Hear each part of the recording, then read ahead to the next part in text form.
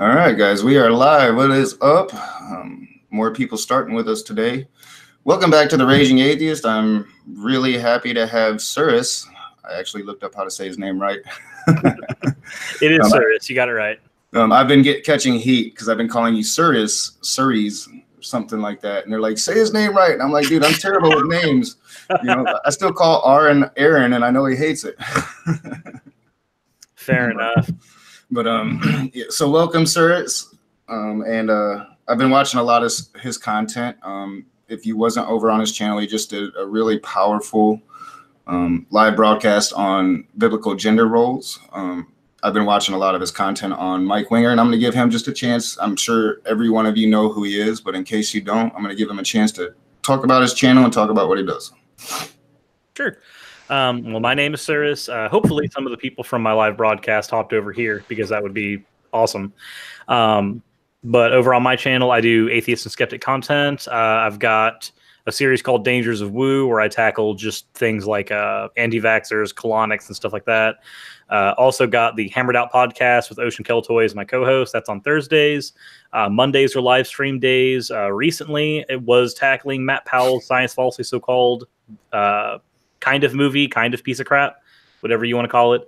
But we recently finished that movie, so that is now a more open day for other projects until another giant project falls into my lap. Also got video responses, and much to my chagrin, I release content every day except for Saturday and Sunday. So that's my suffering, but at least some people do get entertainment value out of it. I'm impressed by that. Everybody's like, you need to make more content. I'm like, I can barely do 3 a week. Yeah, it's luckily doing Mondays and Thursdays as live shows helps me get content out, because if I had to do constantly edited content, I would burn out, and my audience would probably burn out too, because the format would be the same, and I kind of want my audience to stick around. That would be nice. Considering that I do YouTube as my full-time thing, so that would be very nice to have an audience stick around. Yeah, that is definitely my goal as well. When I first started doing YouTube, I started doing politics, and then I came to the Raging Atheist, and YouTube for me, it was always, just my way to find my voice, and it was a hobby, and but now it's becoming, all right, I'm starting to build an audience. Let's start to think about this a little more seriously, and shit, man, if I don't have to work anymore, that would be awesome.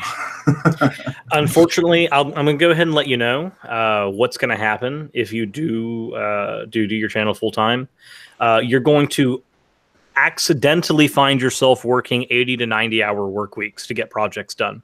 Yeah. Because part of growing is going to be doing collaborations, and collaborations usually involve scripting. None of my content on my channel is scripted except for collaborations. As a result, I can produce an episode on my channel in about 6 to 8 hours, but it takes me about 3 weeks to write a script for a collaboration. So yeah, you're gonna find yourself in more sleepless nights, and you're gonna find yourself working more when you're doing YouTube full time. It's not what I expected. Yeah, and I can imagine it, because people don't understand the work that does go into this. Like, my videos, I would say, are simple compared to some of yours, or Mr. Atheist, or people like that. And still, I'm spending, I'm working 40 hours a week, but then I'm working 30 to 40 hours a week just doing what I'm doing now. So yeah, and like you, I don't script anything. I used to, and you can tell when I'm reading from a script. I'm one of those people. It's just obvious that I'm doing it, and I pick on people for it now, but I do it with a bit of self-awareness, because I did the same thing. But yeah, and I would see where if you're scripting and you're working with other people, and that's something that I really want to start doing, that would take a lot more time. Yeah, the script that I just got finished writing is like 11 pages long, and that's not counting having to actually do the research for the video itself. So it's like, it's fine, because I know that there's going to be a payoff from it. It's with another channel that I really enjoy watching, and I've binged most of their content. So the ability to collaborate with them, it doesn't matter to me that I'm having to put in so much time making the script, because it just means, hey, opportunity to collaborate. Awesome. Hopefully we can give something to both of the audiences with that. I already let people know in the last video, it's a collaboration with Logic. So if you're familiar with him and his content, it's the script for that. It's probably still another month off before that's going to be done. Like the script is finished, but he's still got to review it, make sure that all the parts that he has are what he wants to say. And then, of course, once it's all recorded, then I've got to go to the editing chamber and forget what a life is for the next 20 hours. So, yeah, it's nowhere near done, but the first headache is done. Logic is somebody that I haven't watched, just because I think I falsely associated him with those old people I used to watch that went right, and I think he kind of came out when they were out, so I just automatically pushed him in that group, and I never watched. I saw a couple things with him, but I just never watched his content. And now, as we talked about earlier, as I've been kind of introduced to this community that I'm finally finding out about, I'm seeing that Logic might be something different than what I had in my mind. So he's somebody that I really want to check out and give another chance to, because I think I might have falsely thought badly of him. Yeah, I know that him and Armored Skeptic kind of came to blows a little bit during some of those days. Not so much on the SJW stuff, but more so on the Armored Skeptic tried to say that every other Skeptic channel was a clone of him. And it's really weird for a lot of people to be a clone of Greg when Greg came out after a lot of the people that he accused. But that's its own bit of drama. I've actually got a collaboration going on with the Atheist Edge channel. That's just called Atheist Edge. He gets very upset when you say the Atheist Edge. He doesn't want to be labeled like the Atheist Experience. But it's going to be going over a brief history of a lot of the controversy that's happened in the atheist and skeptic community. I talk about some of the points, but I don't want to access the script right now, and I don't want to spoil that particular episode, just like I don't want to spoil what the Logic episode is going to be. Yeah. But going over just some of those points, which will be interesting. I did see a question from Lisa for Truth in the chat. If you want me to answer that, if okay, go for it. So Lisa for Truth said, "How did you grow your channel?" The story behind that is that when my channel had hit 100 subscribers, I wanted to do a collaborative video with other creators in the community, like Prophet Azad, Godless Cranium, people like that. I never actually made that episode, but I did get a conversation with Prophet Azad out of it, and as a result, we became friends and started a collaboration. That collaboration pushed me to 300. I met Telltale Atheist and a bunch of other creators at the Faithless Forum in Texas. That should be this April this year as well, for anybody who's able to come out to that. But I met those people there and got a shout out from Telltale. That shot me up to 700 subscribers. And then from there, it's just been a matter of marketing, throwing my videos up on Reddit, throwing them up on Atheist Amino, advertising them in Discords that allow for advertisement, and then just doing collaborations. So I did a collaboration with Vice Rhino. That netted me about 2,000 subscribers total. 500 when the video went up on his channel, another 1,300 when it went up on my channel. Biggest thing for growing a channel is just collaborate. Like if you can find a creator to collaborate, whether they're bigger or smaller than you, just collaborate. Because if they've got 200 subscribers, but none of those subscribers know who you are, you can give them another 200 subscribers that they wouldn't have had, and some of those subscribers might come over to you because they just might not know who you are. There's no guarantee that every subscriber of a 200 to 300 sub channel is also subbed to the 3,000 channels or the 10,000 channels. Biggest thing is just get your name out there, let people know who you are. If you have an opportunity to appear on another channel, do it. As long as it's not a channel that you have a particular problem with, like for instance, I know that I wouldn't appear on like Steve Shive's channel as an example. If he came to me with a collaboration offer, I probably wouldn't take it because I'm not a huge fan of him as an individual or his content. But if I were approached by like Godless Cranium, then I would take it because that's somebody who I do respect and I would hop on his channel for, even though Cranium's channel is smaller than Steve Shive's. All that matters is that you are getting it out on those platforms and you are cross-pollinating those audiences. It also matters for cross-pollination purposes because let's say that you have a lot of videos that you talked about politics earlier. Say your videos talk about a lot of left-wing perspectives.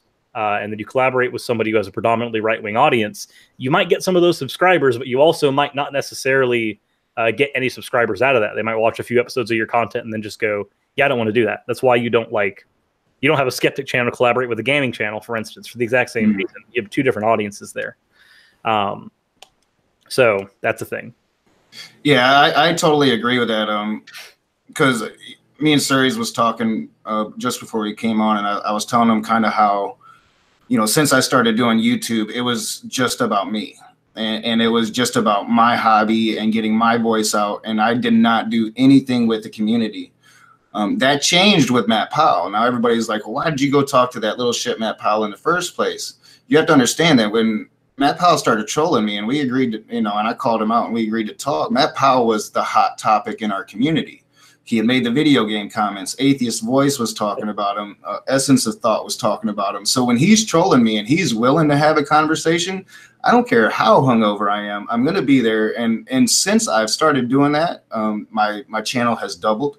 And then just recently, since, the show I did with Suris talking about the movie I was in with Matt, was the first time I was ever on another atheist channel, or even first time ever really communicating with the atheist community. And since then, like I'm telling you, my analytics are through the roof. My subs are through the roof. I'm getting more attention than I ever have.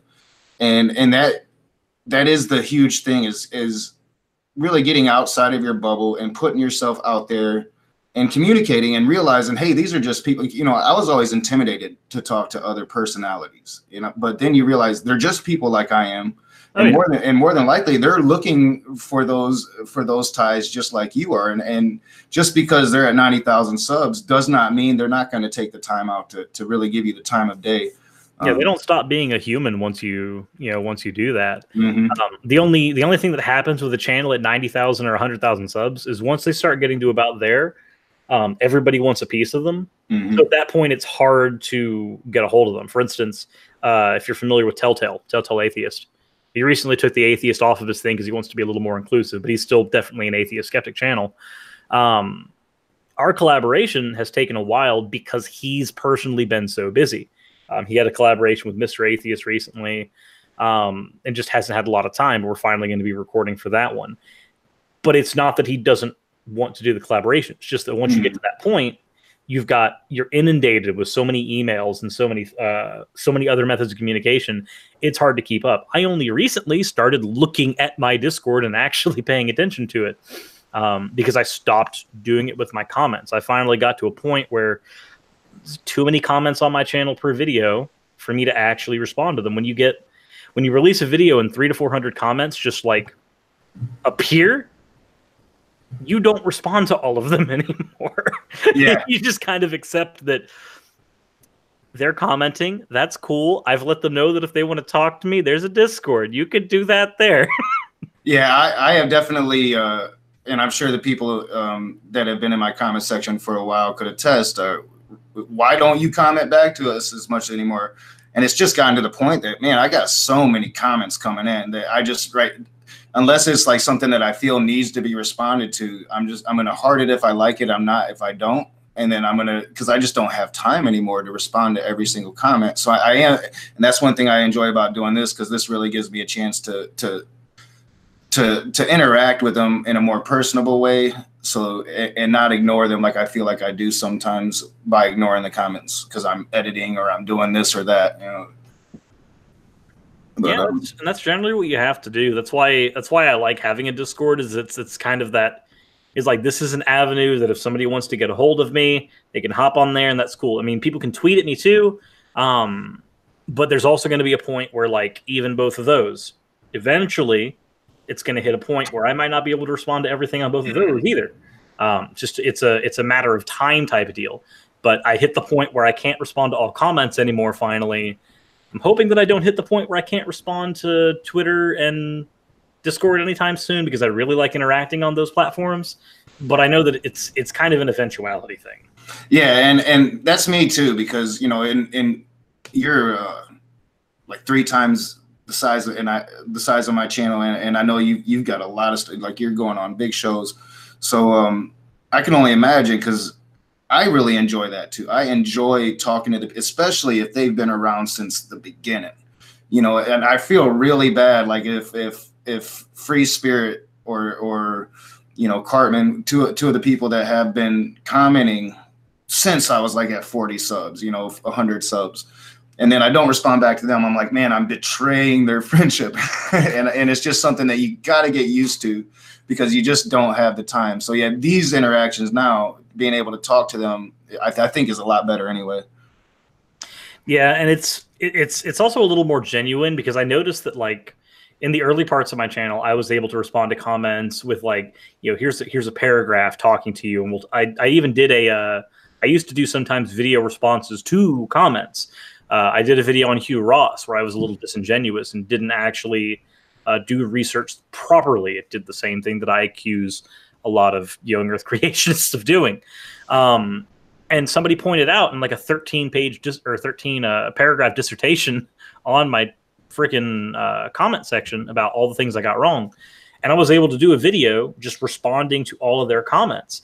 And it was good because the video is now in the description of that video. So anytime somebody's like, oh, you got this wrong, they can click that video and go, oh, no, he apologized for that. He actually went back and did the research properly the second time. Doesn't excuse the fact that I didn't do it right the first time, but at least it's an acknowledgement there. But I used to be able to do that. Now I can't really do that anymore. Now the closest thing I can do to something like that is somebody sends me something in an email and I'm able to get to it. I might be able to respond to a video from an email.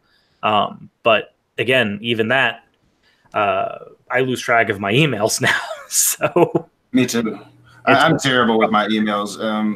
I'm trying to get better with it, but that Christian vlogger could attest that he emailed me, and it probably took me like 4 weeks to actually. And I, you know, thank you, Justin, for being patient with me because he didn't have to. He is one of those big YouTubers that probably doesn't have very much time.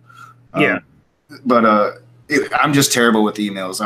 I'm terrible with emails. I'm terrible with Twitter, and I'm trying to get better at both. Yeah, it's definitely a developed skill. Before I started my channel, I didn't have a Twitter. I only started the Twitter as a necessary evil because of my channel, but I'm glad that I did because like as soon as I hopped on Twitter, I saw people who I had been watching for the last year just talking in real time. I was like, oh, that's awesome. And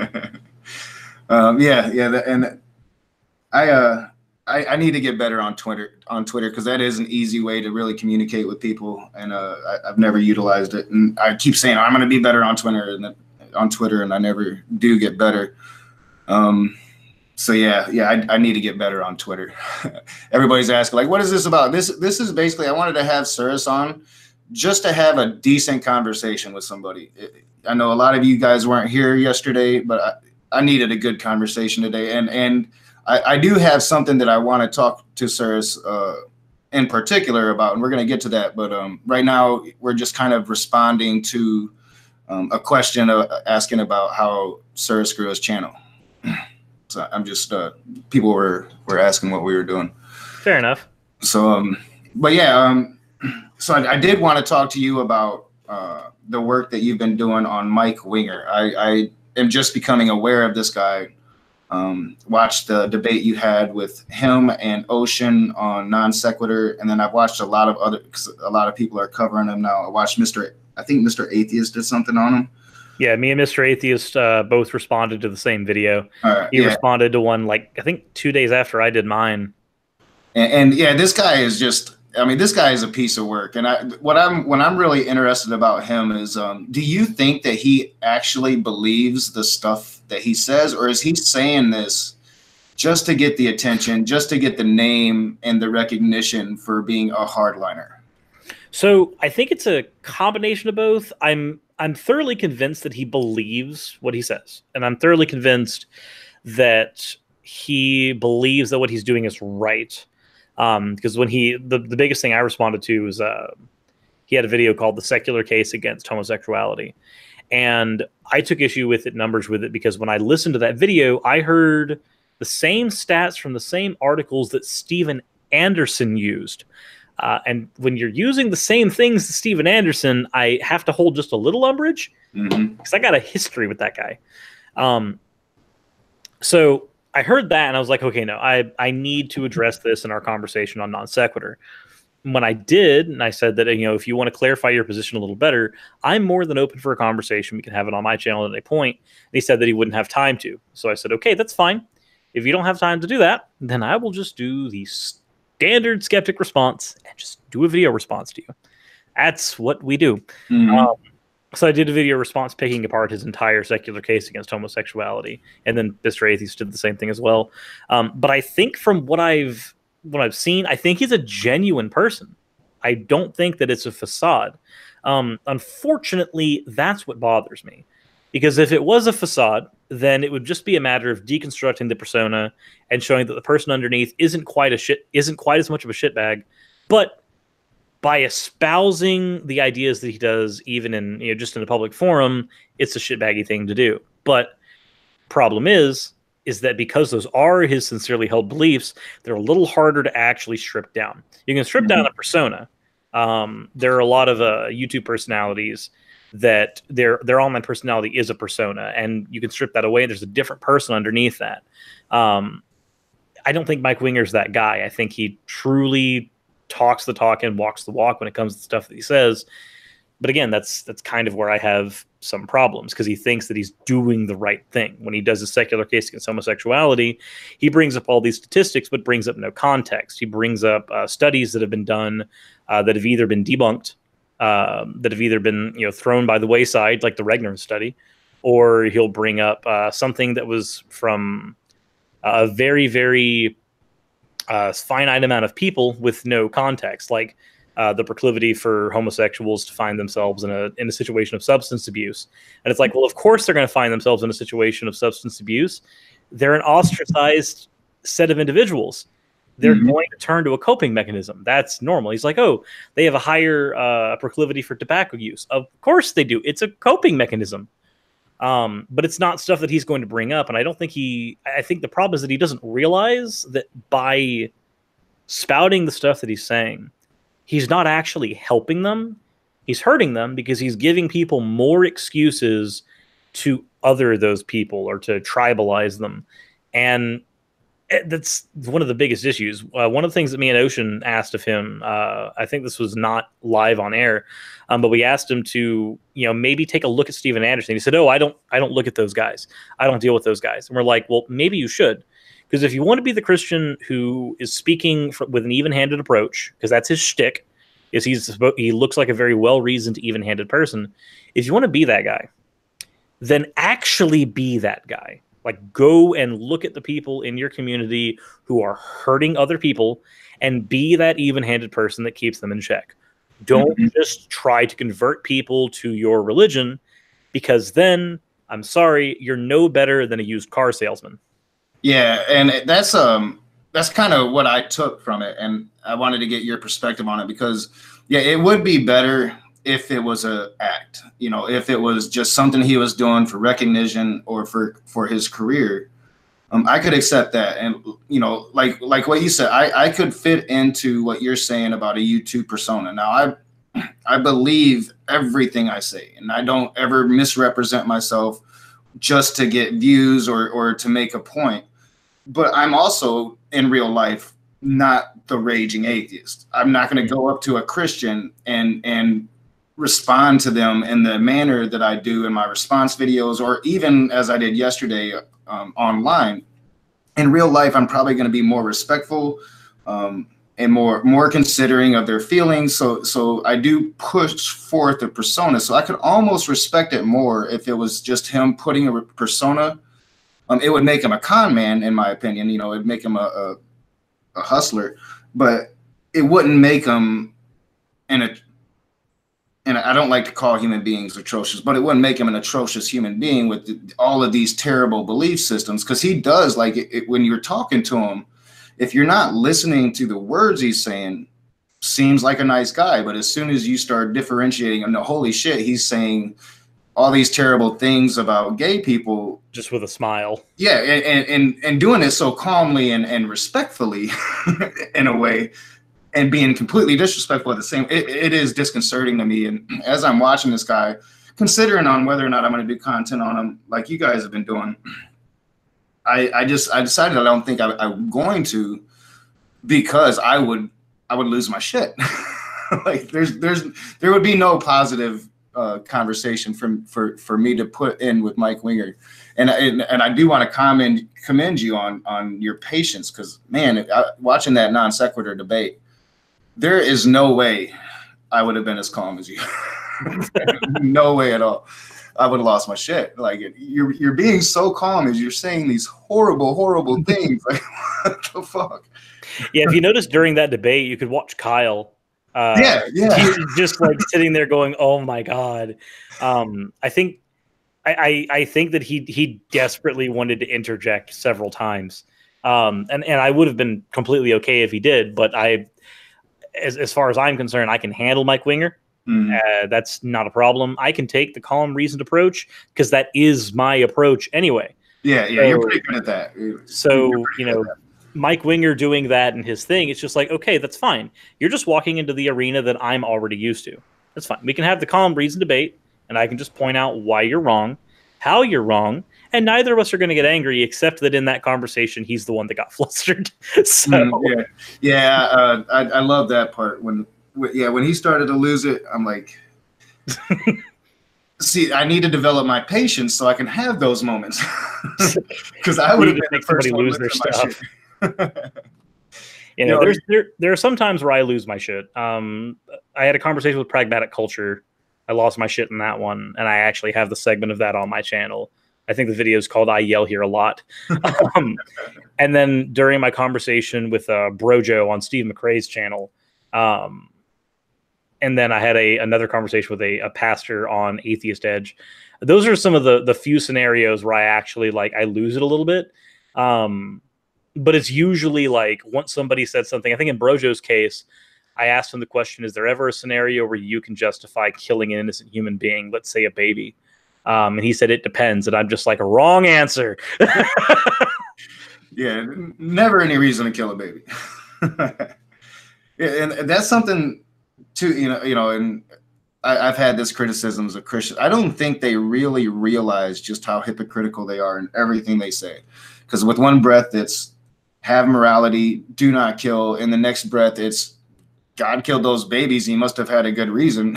I just don't understand that at all. But another thing I wanted to talk to you about, and we're running about a half an hour now.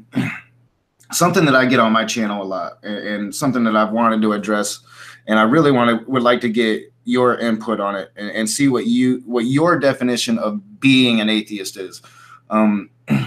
Yesterday, the guy came on and said that because I make room for the possibility of God, that I'm not an atheist. And in the way that I've always defined atheism, and I could be wrong, but I'm pretty sure the definition is lack of belief in a deity, not the concept of God, but in a deity. And if you don't believe in a particular deity, and I've always said this, and I've always agreed with Cult of Dusty, I believe that most agnostics are atheists afraid of the name.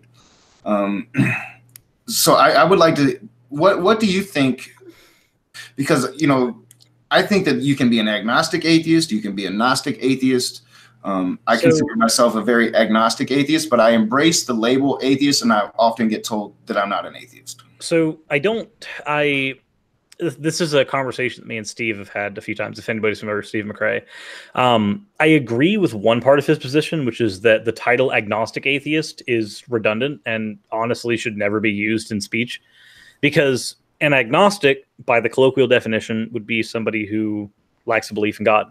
And an atheist, by that definition, would also be somebody who lacks a belief in God. So your definition is, I lack a belief in God, when you hyphenate it like that. Yeah, and that's why I try to say I'm an atheist. I tend not to like the word agnostic.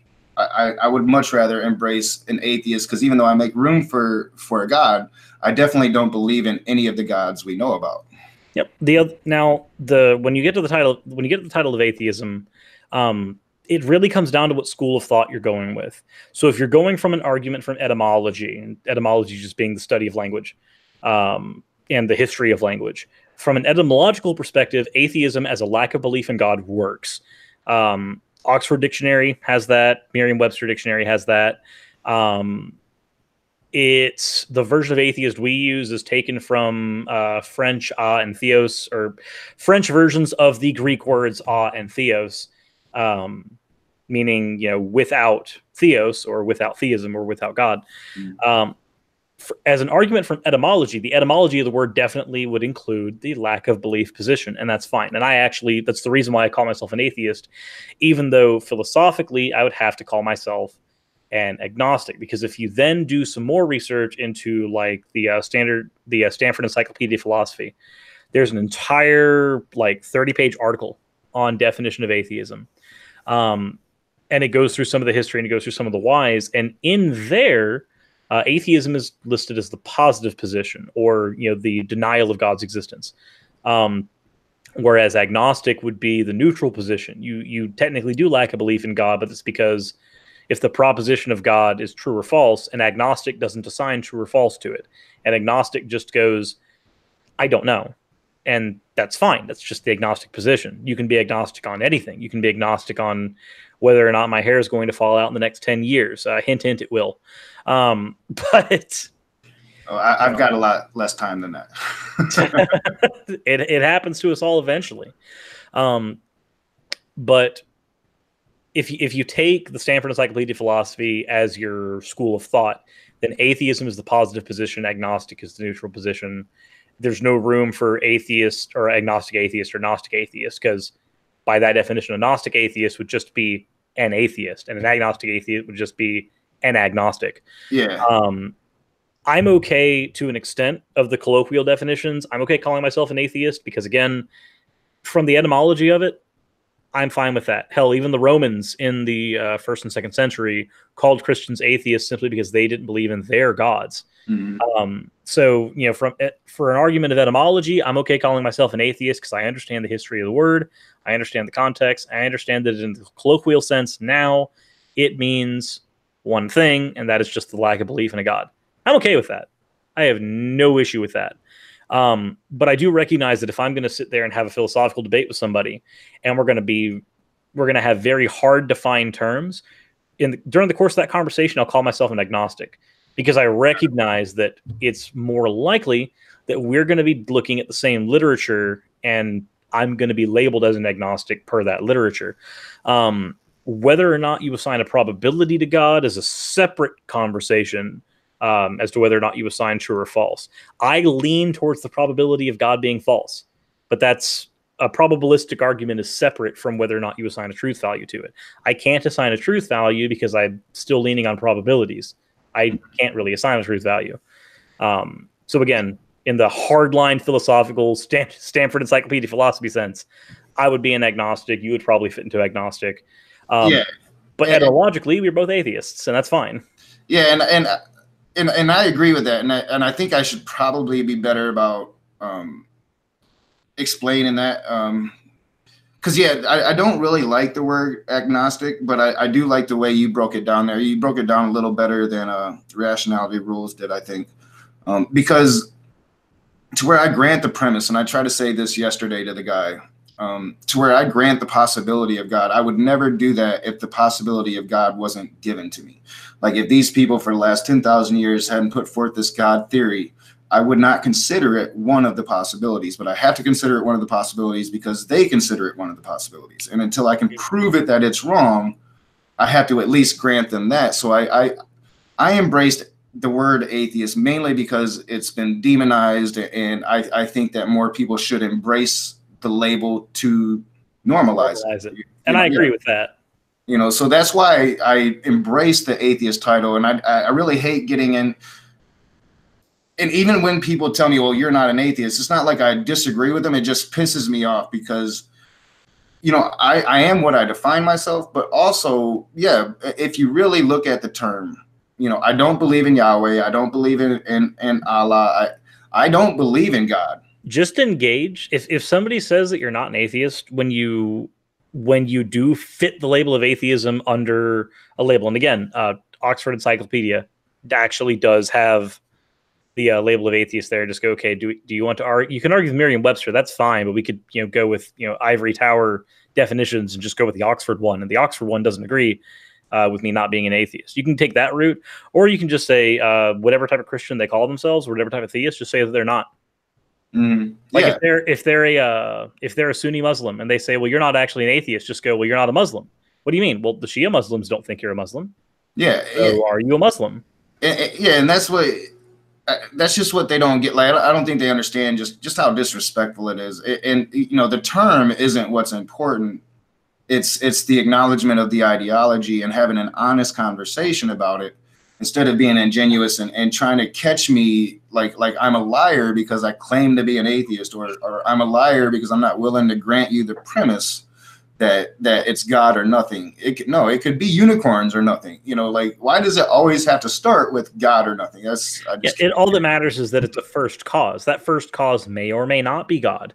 We could find ourselves in a universe that first cause is in fact a deity, and we could all be wrong. That's fine. I'm okay with that. If that happens to be the case, neat. Yeah. I've been wrong so many times in my life. It'll just be one more time. It's not going to bother me. Yeah, it's not going to bother me either. And that's what they don't get. Like, the guy yesterday just didn't get it, but I appreciate that answer, because that does make me feel a little better, because I'm like, well, maybe I'm wrong. And especially when, I have been watching Skylar Fiction the last few days, and I do think that we are very similar in ideology when it comes to granting the premise of God, but not believing. And then just to see him so just vocally not embrace the term atheist, I'm like, well, shit, maybe I am wrong, and all these Christians for the last 2 years have been fucking right, and I need to admit it. and again, it just comes down to your school of thought. If you're going to talk about like the hardline philosophical definition, again, going from like the school of thought that the SCP works with, then they're right. They're 100% right. But if you don't accept that school of thought, which, by the way, is a valid thing to do, in philosophy, there are philosophers who don't accept other philosophers' school of thought. Mm-hmm. It's why there are moral relativists, there are moral nihilists, there are moral anti-realists, which I am, by the way. It's why there are moral objectivists, moral subjectivists. Philosophers not accepting each other's schools of thought is a normal thing in philosophy. Yeah, and I try to stay away from philosophy. And that's the guy yesterday. That's all he wanted to talk: philosophy and laws of logic. Yeah, laws of logic and shit. And I'm like, dude, you know what? I understand what you're saying, but I don't care. I would argue that especially when it comes to this type of conversation, a little bit of philosophical knowledge is useful. Like, for instance, so the laws of logic are law of non-contradiction, law of excluded middle. What's the other one? Law of non-contradiction, law of identity, law of excluded middle. Yeah, he said them all. And I'm like, dude, I don't know. Maybe this is real, maybe it's not. But what you're saying is bullshit. Well, what's funny is that if you take the law of non-contradiction, then you now have the theist trapped in the problem of evil. Yeah. And you can't have the law of non-contradiction allows for the problem of evil to be a problem for them. So it's like, okay, cool. I accept the laws of logic, and you've now screwed Yahweh. Yeah, and when I was listening over to that conversation I had with him yesterday, I was really disappointed in myself that I didn't take it in the direction of evil, because he was focused on the other law, the law about the middle, like there's no middle, law of excluded middle. Yeah, and trying to say that it's God or not God, and I'm like, dude. Oh, that's the Matt Slick argument. That's Matt Slick's line of reasoning. If you ever get a chance, watch the Matt Dillahunty debate with Matt Slick. All right, yeah, I'll check it out, because I was in the dark, but I'm like, dude, what the fuck are you talking about? Look, let's start with unicorns. It can be unicorns, and I did understand what he was saying. I just didn't want to grant him that premise that it was God. No, for one, just grant that it's God, and then say you can't prove it's his. But I did. Yeah, and that's what they were screaming in the comments. Just get him to prove it's his God, and I'm like, but no, I don't want to grant that premise. History says God is only 10,000 years. Human beings have been here, modern human beings, for 60. Our natural state is atheism. God was not there in the beginning. Well, I did not want to grant that to him. I didn't want to grant it, but I think I should have, and I did eventually. I'm like, all right, you're backing me into a box. There's no God. And he still went on about how I was just interrupting. I'm like, dude, I've answered your fucking question. Now let's get on to it. He still won't move on. Yeah, there's one of my favorite things to do in a situation like that. I'm a huge fan of granting the premise. It's why I've actually got a video on my channel called Granting the Premise. Yeah, I don't know, but to interrupt you, I don't know if you caught Matt Powell on Skyler this last time. I saw a little bit of it, but I haven't watched the whole thing yet. He's really adopted your stance on granting the premise now. Matt has, or Skyler has? Matt has. Matt used it against Skyler. The same thing you were telling to Matt. that thing that he said made me agree with him. Yeah. And he's like, he's like, I'm granting the premise. I'm like, dude, you just learned that from Suris. You didn't know what that fucking was a week ago. Gotta say, we freaking schooled him on that on my channel, and now he's using it. Okay, yeah. That's fine. Maybe at some point, Matt will learn enough philosophy to actually understand that his position's bullshit. Yeah, maybe. Maybe at some point. But I'm a fan of granting the premise because if you grant the premise, you can actually allow for a Jesus that is resurrected, that existed, that was resurrected divinely, and you still don't get Yahweh out of it. Yeah, Like I've just granted you that your entire Bible's true, but it was all a ploy from Loki. Yeah, I think that had I granted the premise earlier in the conversation, maybe it would have went in a different direction. And by the way, guys, if you can hear a high revving, it's my stupid computer. I need to put my tower down on the floor. But I'm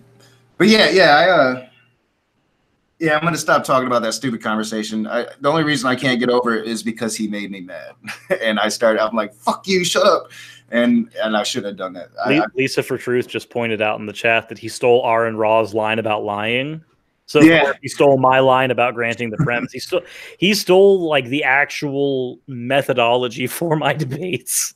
Yeah, well, he stole Kent Hovind's exact lines about, well, if a branch falls on my property and blah blah blah. I'm like, dude, you gave me Kent Hovind's lines word for word. Like you don't even change it.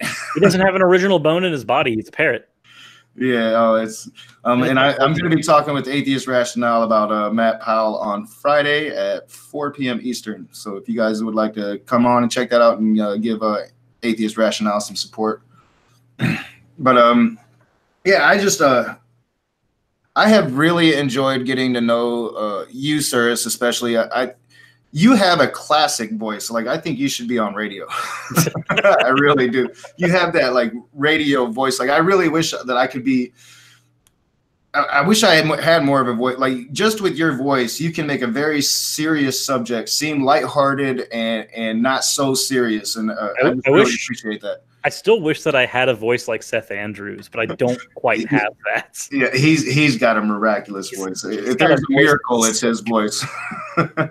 Yeah, he's got a voice of silk. Yeah, he is one guy that I have watched throughout the years. Him and Matt Dillahunty have been, even in my period when I stopped watching The Atheist, I always watched them because I could relate to both of those guys. And yeah, Seth's voice is amazing. I wish I could pronunciate like he does. Oh yeah, and you can tell it's not even effort for him anymore. Yeah, and people make fun of me, and I try to explain. The thing about me is you have to understand that I was raised with two different slangs. I was born in the North.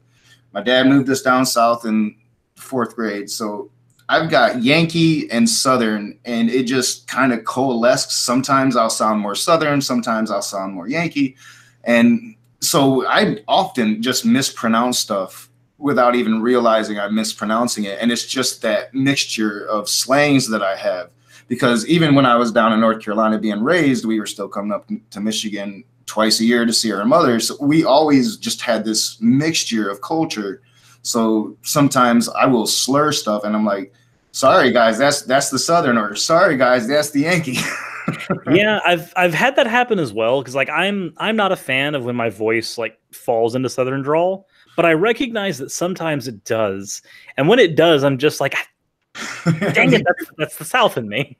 Me too, bro. I like to reserve my Southern accent for my satire, because I'm gonna be starting my satire again. I used to do this evangelical Earl, and he was the classic stereotypical Southern redneck. I'm here for the fire and brimstone. Yeah. So I'm gonna start. I'm actually gonna bring him back and be responding to fellow atheists. I'm doing rationality rules first. I already did the first video, and I think it's gonna be hilarious. We'll see how well it plays. The last time I did it, I had people unsubbing for me because they honestly thought I was a racist homophobe. I'm like, dude, it's satire. I had to start putting satire.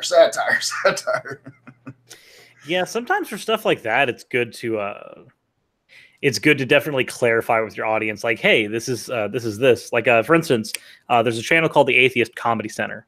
It's ran by a guy who used to run a channel called Godless Geezer. And Atheist Comedy Center, what he does is he'll bring people in to talk to his character, Pastor Dunning-Kruger. And yeah, that's what I should do. Something like that.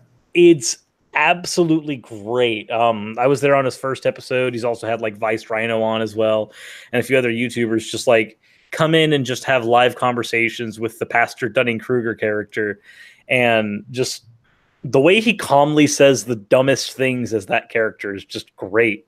That is a good idea. Maybe I'll do maybe some live shit as Earl, and that's a good idea. Yeah, because I don't want to piss people off, but I just want to have fun and do different stuff. And, doing an Earl video for me and talking in that deep Southern draw is just, to me, that's like doing something totally different. It's doing YouTube new again, So, but I am excited about it. I'm going to probably put it out this week. I'm going to be putting out a lot of content this week, guys. I've decided like I'm just going to push out everything I've got done, and I've got like 9 videos done. So I'm going to get them out of my computer. Just going to go ahead and saturate the internet. Yeah. So you guys might get sick of me this week. Sorry. I want to get the crap out. And I've been like testing, like teaching myself graphic design and redoing my page and my channel art. And I've got this new end screen, and I've got like a kind of a shitty border for my clips. But I'm really interested in getting to that and playing around with that more and perfecting it. So I need to get all this crap out of my computer. And everybody's asking, I want Paul and Morgan. I'm like, I've been sitting on Paul and Morgan for a month, so I need to get that out. Also, I did want to go ahead and say, for shits and giggles, this is the only thing I'm going to say to Evolution False. I'm not going to say that Nagatsuchi is dumb for not accepting the laws of logic. If you're not familiar with the concept of the laws of logic, then you're not familiar with it. Dumb and ignorant are not the same thing. Ignorant is not an insult. Ignorant just means room to learn. Dumb is an insult. I try not to use dumb unless somebody's demonstrated that they are. I think Kent Hovind has done this in spades. Also, by the way, for fun, maybe you should understand that there are certain types of logic in mathematics that do not contain the law of excluded middle. So you don't even have to accept the standard 3 laws of logic. Just throwing that out there for anybody who'd like to do some research into mathematics, philosophy, and logic. That's a thing. So no, I'm not going to call somebody dumb for not accepting something that they don't know about. And actually, Evolution False, I did actually understand what you were saying. You were just too fucking stupid to understand what I was saying. And so while you're trying to project that on me, because I did actually answer your question and you just went on about how rude I was being for not answering your question, because I did answer your question in the correct way. Maybe you should shut the fuck up for a minute, listen to what somebody else is saying, and stop being an idiot. I mean, I have listened to that thing about 4 different times now, and you come up. I give you plenty of chance to explain yourself. I give you plenty of chance. I tell you I want to move on from your stupid ass subject. You just kept going on and on. I kept telling you. I gave you every chance, and then I became the raging atheist with your punk ass. I'm done with you now. Evolution False. Fair enough. That's why I only wanted to say the one thing, because anytime somebody says that I have to accept, I accept the laws of logic. I'm fine with them. I have no issue with them. However, I also accept that there are forms of mathematical logic that are valid and function that don't include all the laws of logic. So now, I will admit I had never actually heard of the laws of logic before. I don't need those stupid laws to logic. What I do need is for you to stop coming with the premise that it must be God. I'm not going to give you that ever. I'm perfectly fine accepting them because I can accept that they're arbitrary constructs that we use to make sense of the world. Okay, cool. I've accepted the laws of logic. Didn't have to accept a God. Neat. Yeah. Glad that conversation was quick. Yeah. So I'm glad you're here again, Evolution False. You know, you're more than welcome to come have a conversation if it's going to be genuine. But from what I've learned about you, and I'm glad you're here, you're kind of a douchebag. So that's my response to you. I'm done with you, Evolution. I do want to thank Suris for taking the time out to come and have this conversation with me. We can talk as long as you want. It's been about an hour, and I know you've been on pretty much all morning. So we can end this. I do want to go through. I'm probably going to go through, and because I haven't really been paying attention to the chat, and maybe address some of the chat, but maybe not. There's a lot. You've probably got another 10, 15 minutes in me still if you want to all right, continue on. Yeah, we can keep on. I do want to talk more about the community. I'll ignore Evolution False. I do want to talk more about the community that I've been finding. Are people like really as genuine as they seem? You know, and I know you're not going to say bad about people, and I don't want you to, but what I'm saying is from the last couple of weeks that I've really been opening myself to the community and kind of getting outside of my box, it seems like, and in deep contradiction to the arguments of Matt Powell and his ilk about how atheists are throwing me under the bus and they're just going to abandon me because Matt Powell was somehow able to edit me in a disingenuous way. But instead of that, I'm finding an actual openness and willingness to pretty much accept anybody into the community. And is that really how it is? So it's a yes and no type of thing. Yes, most atheist content creators are pretty much accepted into that community. There's not an issue there. There's even some Christians that are accepted into there as well, just because if you're not a shitbag, then generally you're okay. That's where the no comes in, though, is because if somebody demonstrates that they're being a colossal shitbag, usually everybody's going to make sure that they know. As an example, I'm not going to name any names, but there was one content creator who doxed somebody. They did it on accident, but they also did it unapologetically. They made like a 45-minute video about why it was okay that they did so, instead of just going, crap, my bad, I'm sorry, I didn't mean to do that. That's the type of individual that a lot of people stopped really being friendly with after that point, because they're like, oh, so being friends with you is actively dangerous. Okay. Yeah, I couldn't be cool with somebody that actively doxed somebody. Yeah. Like for me, I have animals. And I have roommates, and I have Pam. There's no part of me that would want to be doxxed because I recognize that all of those people would be at risk the minute that happens.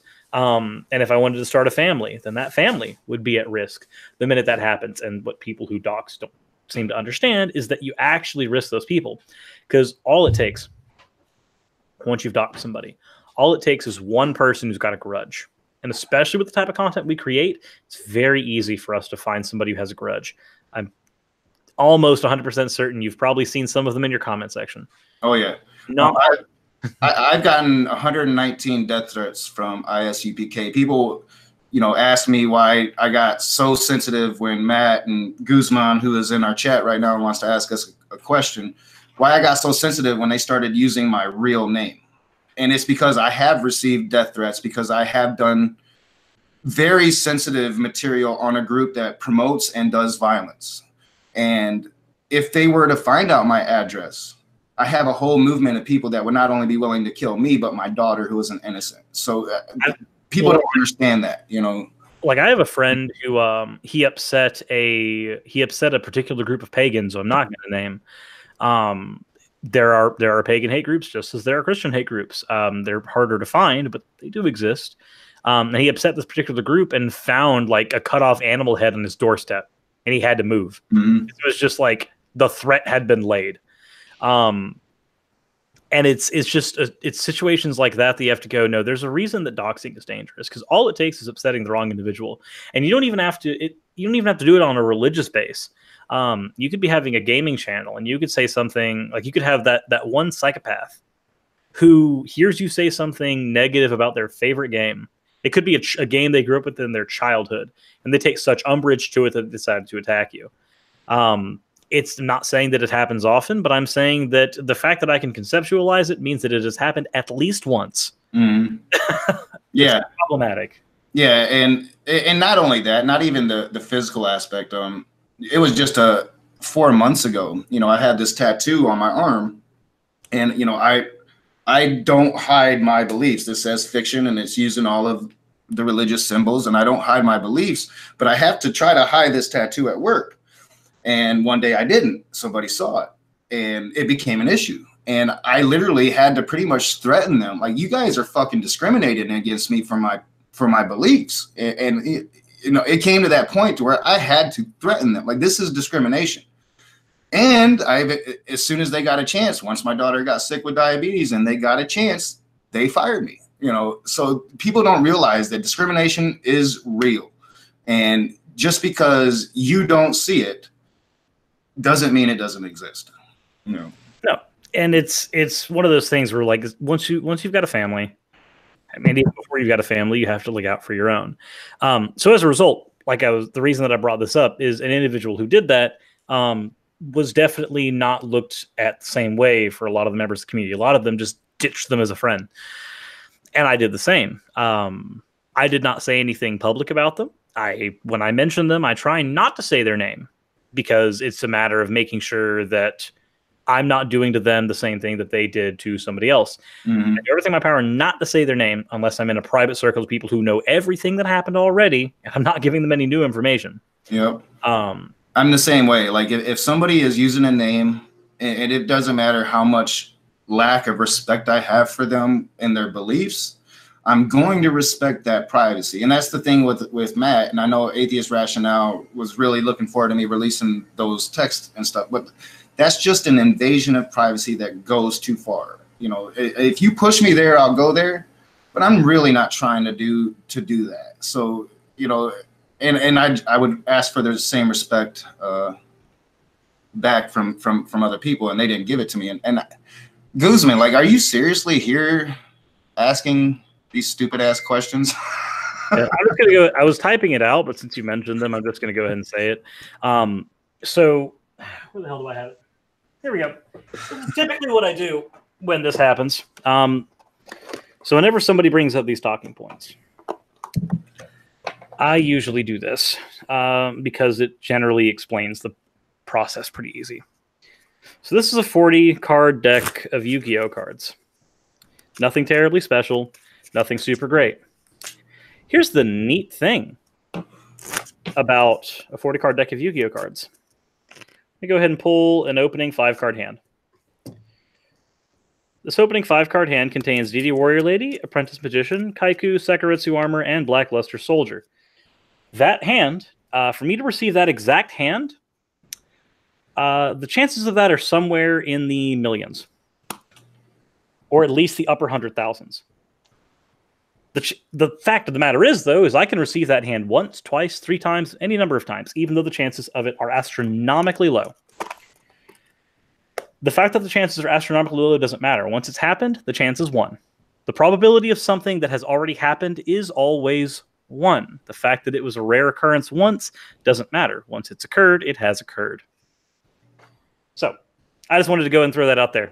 Any argument from probability leads you to one of 2 answers. Either it's not special or I don't know. And if you don't know, then just admit you don't know instead of trying to insert God.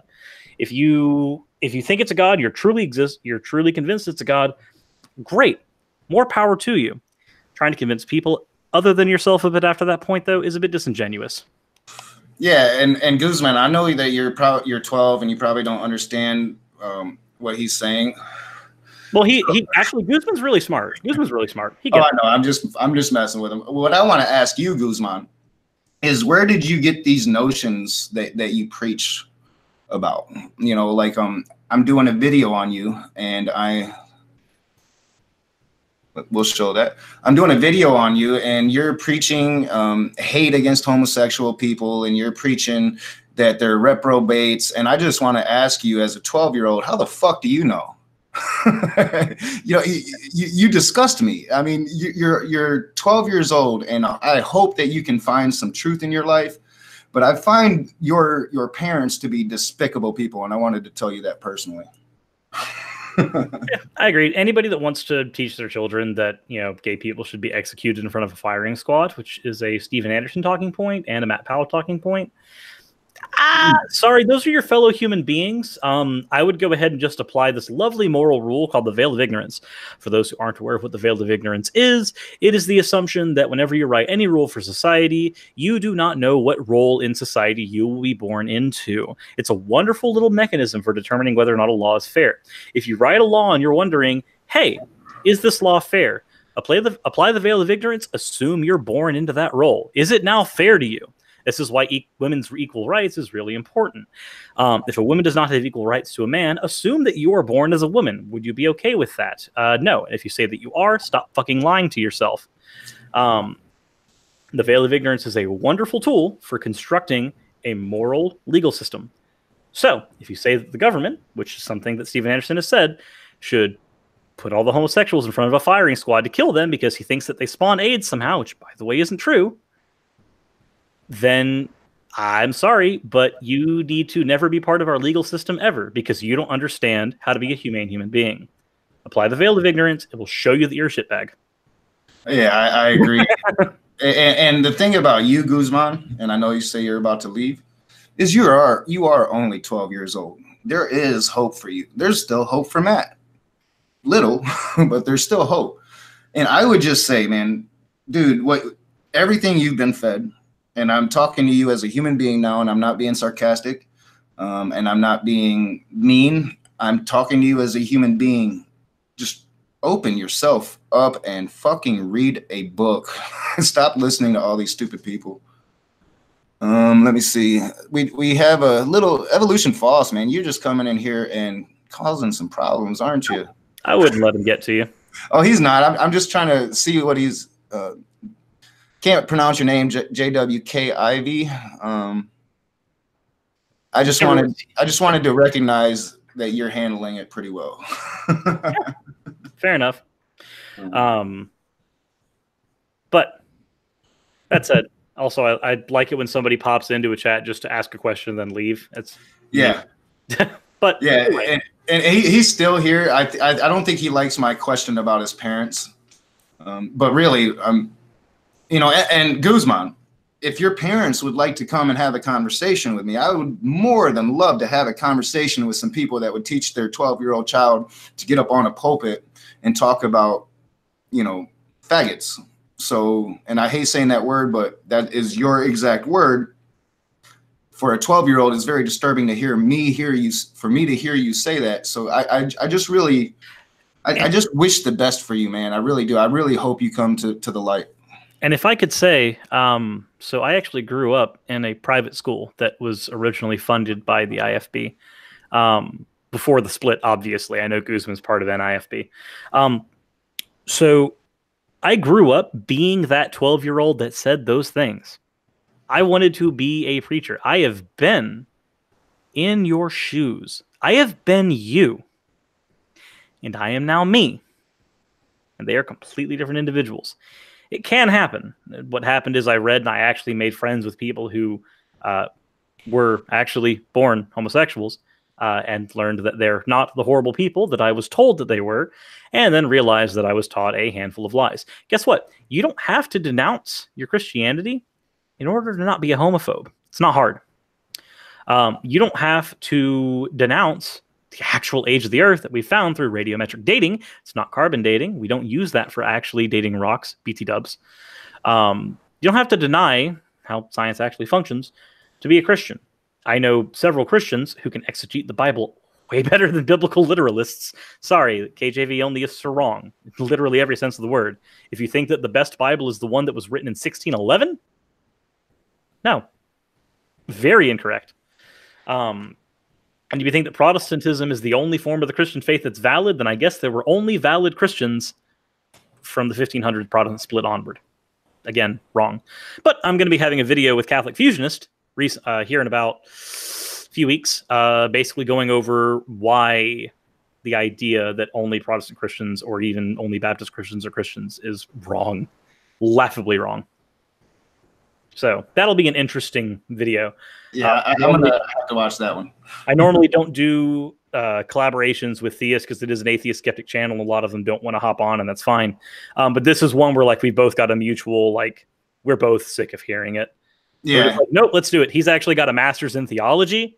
So I would argue that he's also more studied than most people on this topic who spout that stupid talking point. Yeah, and that's really refreshing when you can find that. You know, I had that with that Christian blogger. Now, I understand that most of the people in our community watching that Christian blogger would take a lot of issue with the things he said.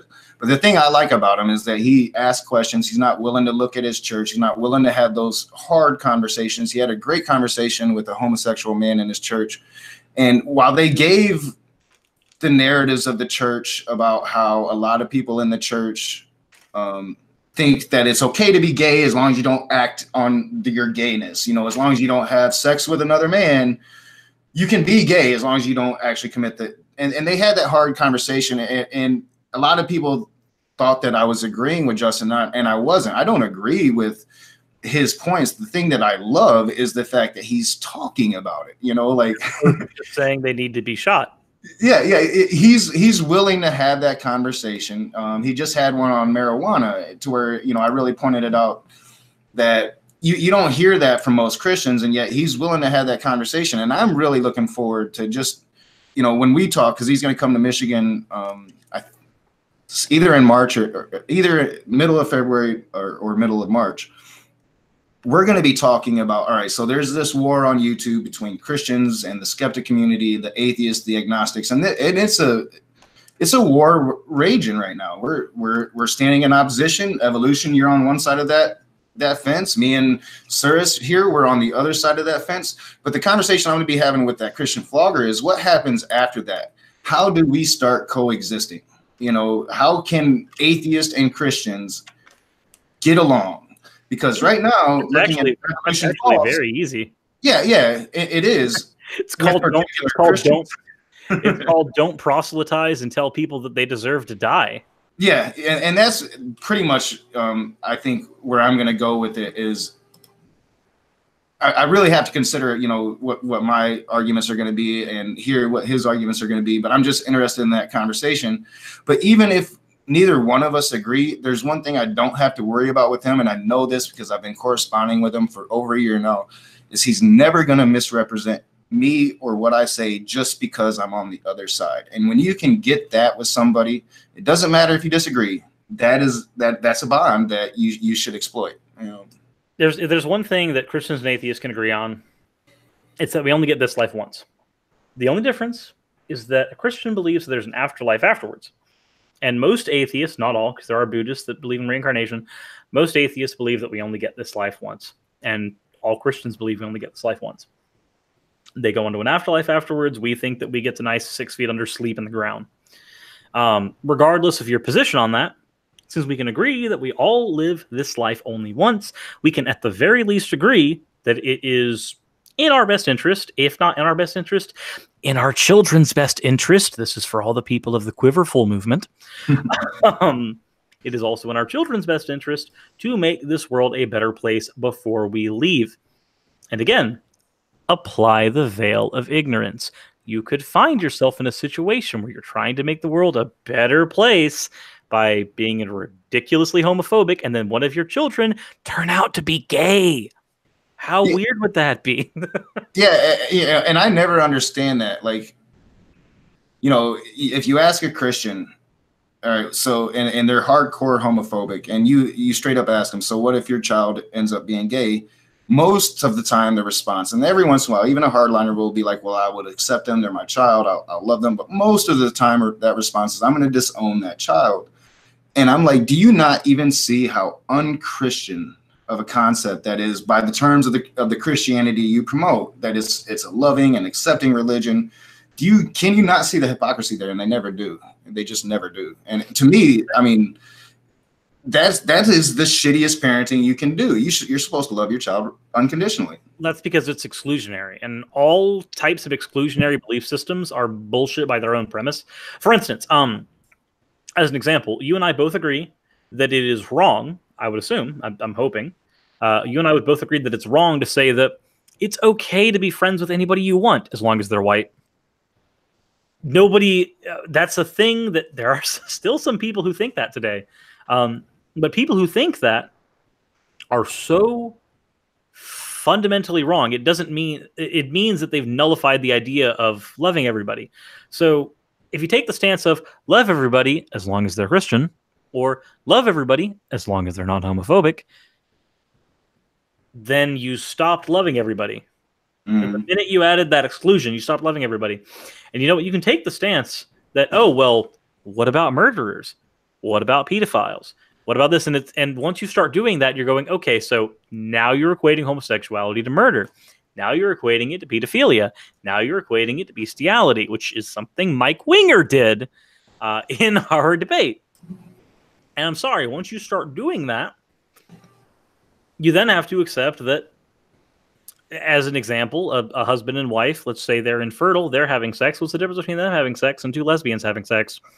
There's sex happening between two consulting adults, and there's no ability to create a child. There's functionally no difference, and to argue that there is a difference is to be so fundamentally wrong that at that point you're not even wrong.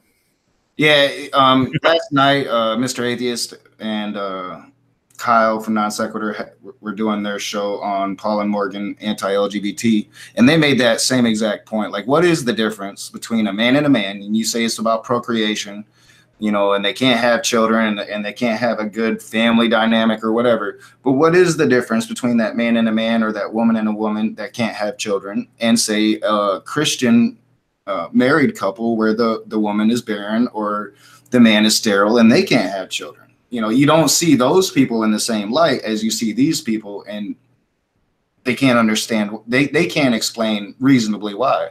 I thought that was a great point. It was a point that I had never really even considered before. Well, that's what happens when you walk into a conversation with an axe to grind. Yeah. With your notes, you're like, what about this? Yeah. And it was a good conversation. I enjoyed it. You know, when I first started watching Non Sequitur, I didn't know Kyle was gay. And the last few episodes, he's been, you know, because I guess he always has been, but I guess I should have picked up on it because his suits are a little too neat, but I just never picked up on it. So last few times I've been watching, he's like, yeah, I'm gay. And he was getting really pissed at Paul and Morgan last night. And I'm like, this is fucking awesome. Oh, yeah.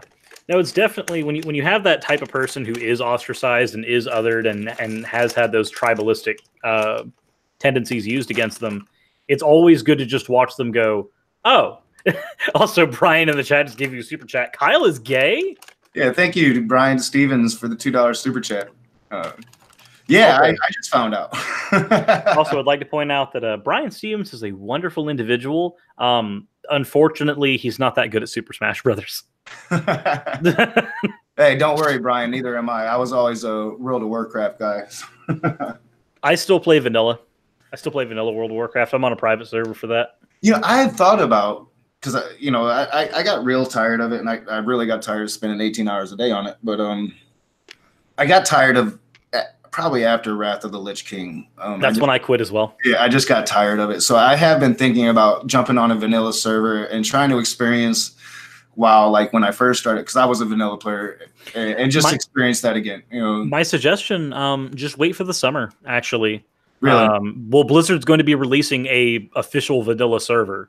Oh yeah, I did read about that. Yeah, I did read about that. All right, yeah. So I don't want to try to take away too much time from this, and World of Warcraft is a time killer, but I might have to check that out. At least dabble in it and get that old nostalgic feeling back. Because when that game first hit, you know, I'm an old classic fantasy buff. I love, you know, Lord of the Rings. I've read Wheel of Time. I've read every fantasy book you could ever read. So when that book hit, it was like being inside of a book. Or when that video game hit, for the first time, I felt like I was inside of one of the books I love to read. Out of curiosity, have you noticed what my avatar is based off of yet? I was gonna ask you about it because it is tingling my brain. It's Thrall, the Orc War Chief. No shit. All right. So because with the hammer and. Because it was tingling my brain. I'm like, this looks familiar. Like I should recognize this avatar for some reason. But yeah, that would make sense because I would recognize Thrall with the green skin, obviously. But yeah, with the hammer and the robes, yeah, I can see that now. Yeah, no, it's entirely that. Although it's interesting to see the how un-Thrall like some of the depictions of my characters is when you look at the fan art, because there's fan art of my character that shows it not looking quite like Thrall. That's very interesting. Like this one that just came into my server. I'll go ahead and share this one on the screen real quick for shits and giggles. There we go. There was this one that popped onto my server recently. Oh yeah, I think I saw that. Did you put that up anywhere? I haven't put this one up yet. This one's going to be in Tuesday's video. Maybe not. Yeah. But it's just like that's a lot snarkier than I normally am. That's pretty good though. I have the only fan art I've ever gotten is my introduction. My introduction was given to me by Mad Love, and I wouldn't call him a fan because he was a Christian, but he was another Christian that we just kind of developed this respect for each other. So he sent me my intro animations, and people always comment like, "How did you make that?" Like, dude, I didn't do it. Can't help you on that one. Yeah. All right. I know we are running late. My daughter's gonna show up. I said 2 was like the latest that I wanted to go. Yep, and I think for you, we're sitting right about there, aren't we? Yeah, we are right at 2 o'clock. So I want to thank you, Suris, for coming online. Guys, I haven't paid too much attention to the chat. So what I will promise to do is when I rewatch this after I pick up my daughter, if I find something that I feel like I should respond to, I will put it in the comment section. So if you want if you want a answer to your question or your comment and want to see that, then check in the comment section later and it might be there. Sirs, thank you a lot. I really appreciate you kind of enlightening me, making me feel a little better about my choice to call me atheist, because I have been catching a hard time about that and somewhat felt a bit like guilty arguing against it. So now I feel better for arguing against it. At least I know that, it's not such a black and white area. Yeah, there are schools of thought that accept what you're saying. A lot of people that listen to Steve McRae don't accept it, but that's fine. That's fine. That's how philosophy works. Mm-hmm. So, yep. Once again, thank you, Suris. You being here is doing nothing but helping my channel. So I want to appreciate it. Say thank you for coming on. Thank you for the good conversation. And if you want to say anything before we end this, go ahead. Sure. Go ahead and say that if anybody doesn't know something, just try to teach them, and they might be able to teach you something as well.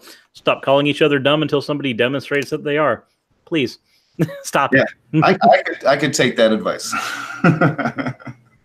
All right. Well, thank you, sirs. And thank you for everybody that came to watch us live. You guys are awesome. Thank you for the super chats. And like I said, if I haven't really paid attention, Suris has actually been better paying attention to the chat than I had today. So if there's something that I feel like I should respond to, I will in the comments section. All right. Thanks again, man. And I will talk to all of you guys later. See ya. All right. See you later.